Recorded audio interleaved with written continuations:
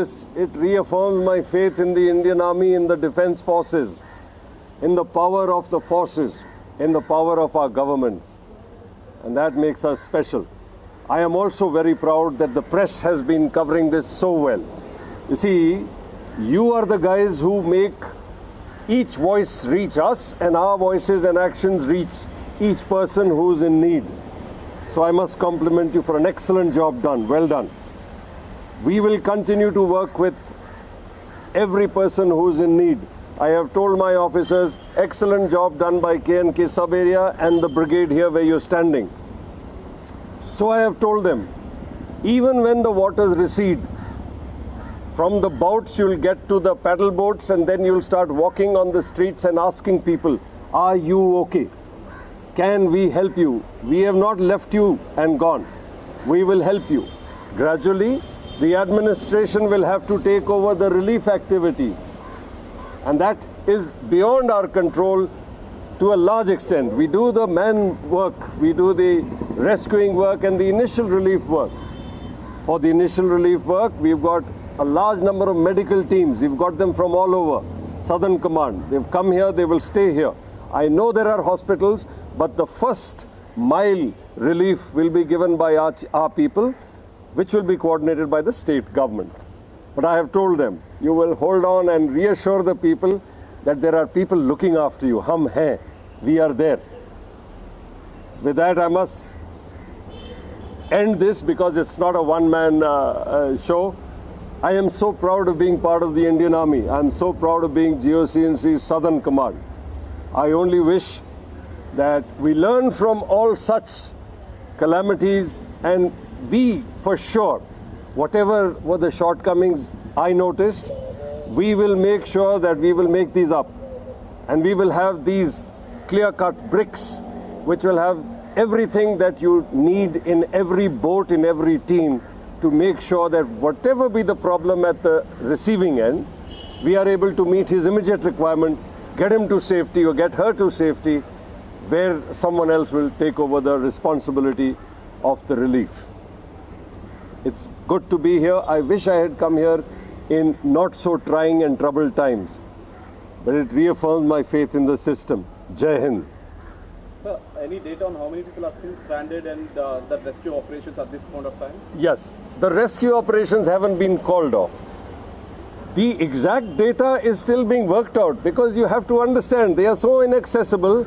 Mobile phones have run out of battery. There is no way. We've got 17 satellite phones, but that also is dependent on how far our boats and rescue teams can reach. So to take a call on exactly how many people are stuck, not really possible. And that is why I said we've still left, our people will still go around in boats with loud hailers trying to tell people that if you're in your houses and you need help, please, we are here to help you. We are taking these loud hailers. We've got some drones also which we are putting up because they can't fly in rain, but now that the rains have receded, and we'll try and see if far off places we have people who are still requiring to be rescued, we will do that. So exact figure I'm not quite sure we will be able to give. I'm sure the State Department is working on this, but you must understand, they also have a very tough job at hand. These are inaccessible areas, so it'll be a tough one. Okay, yes. Okay, that's it. What will be your role in rebuilding? Will you be constructing bridges and all those things? Will you be continuing? Okay, right. This is a job which is actually of the governments to do. We are a combat element. We are an army. Now what we have a responsibility is to each individual of our nation, whether in war or in peace, and in times of calamity, we will make sure that that individual of our country is safe. But to make infrastructure is someone else's job. In providing relief, in providing assistance, evacuation and recovery, if we have to build bridges, like my boys have done, they have built bridges from trees and they have moved people out of tougher areas, we will do it. But infrastructural development has to be the work of a nation and its government, of a state and its government. And we should leave it to that. We have to go back to barracks at some point of time. You must understand, we are not in a hurry to do so until things stabilize, until we are given the all clear. But infrastructure, I think the responsibility is someone else. Wherever we are required to help, for sure, we will always be there. Sir, if you could give us the head count of how many soldiers and jawans are on field? Yeah, like I told you, there are, how many? 15,000. There are 15,000 of us here from Southern Command, from all over. Like I said, 1,500. On the ground. 1 minute. Okay. 1,500. Yes. There are 1,500 from all over Southern Command. Now, these are in 70 teams. These are teams of mixes, including engineers, including pure infantry, and including medical, including signalers. So there are about 1,500 in teams of 20. We also have divers from the paras who are located in Bangalore. These guys are also here.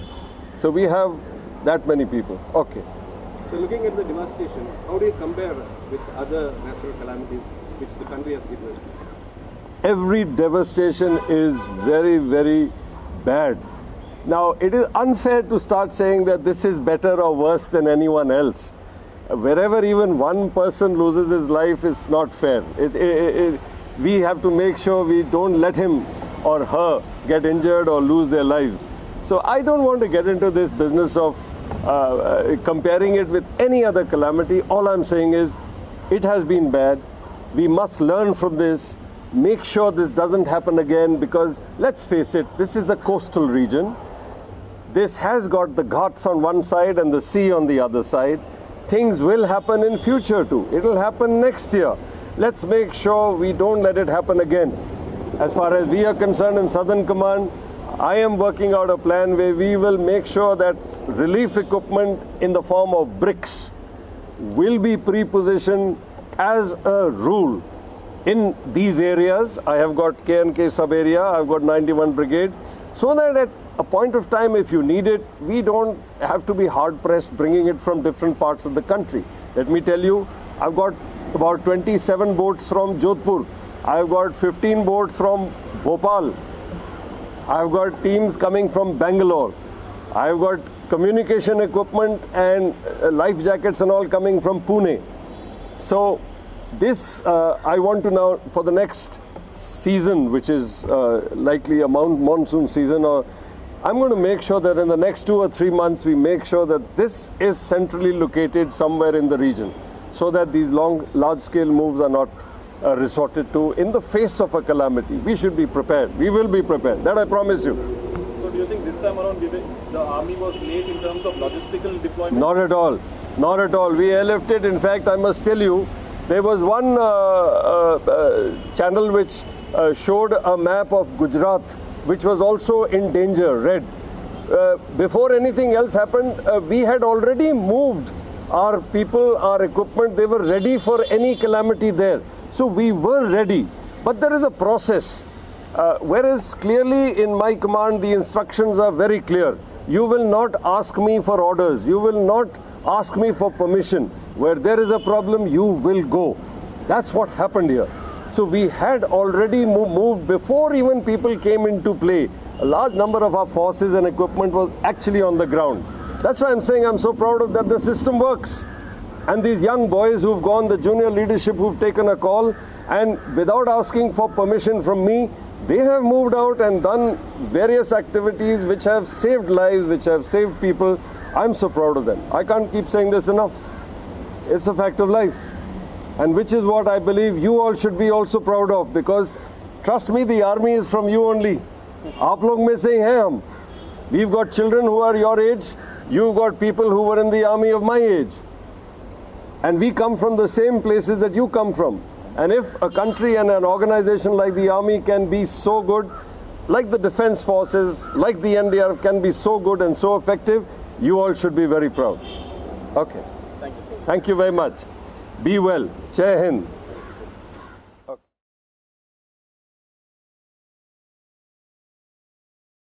All right, so you just heard the GOC-in-C Southern Command, Lieutenant General Soni there reiterating what's the pressing need at the moment when it comes to the situation in Kerala.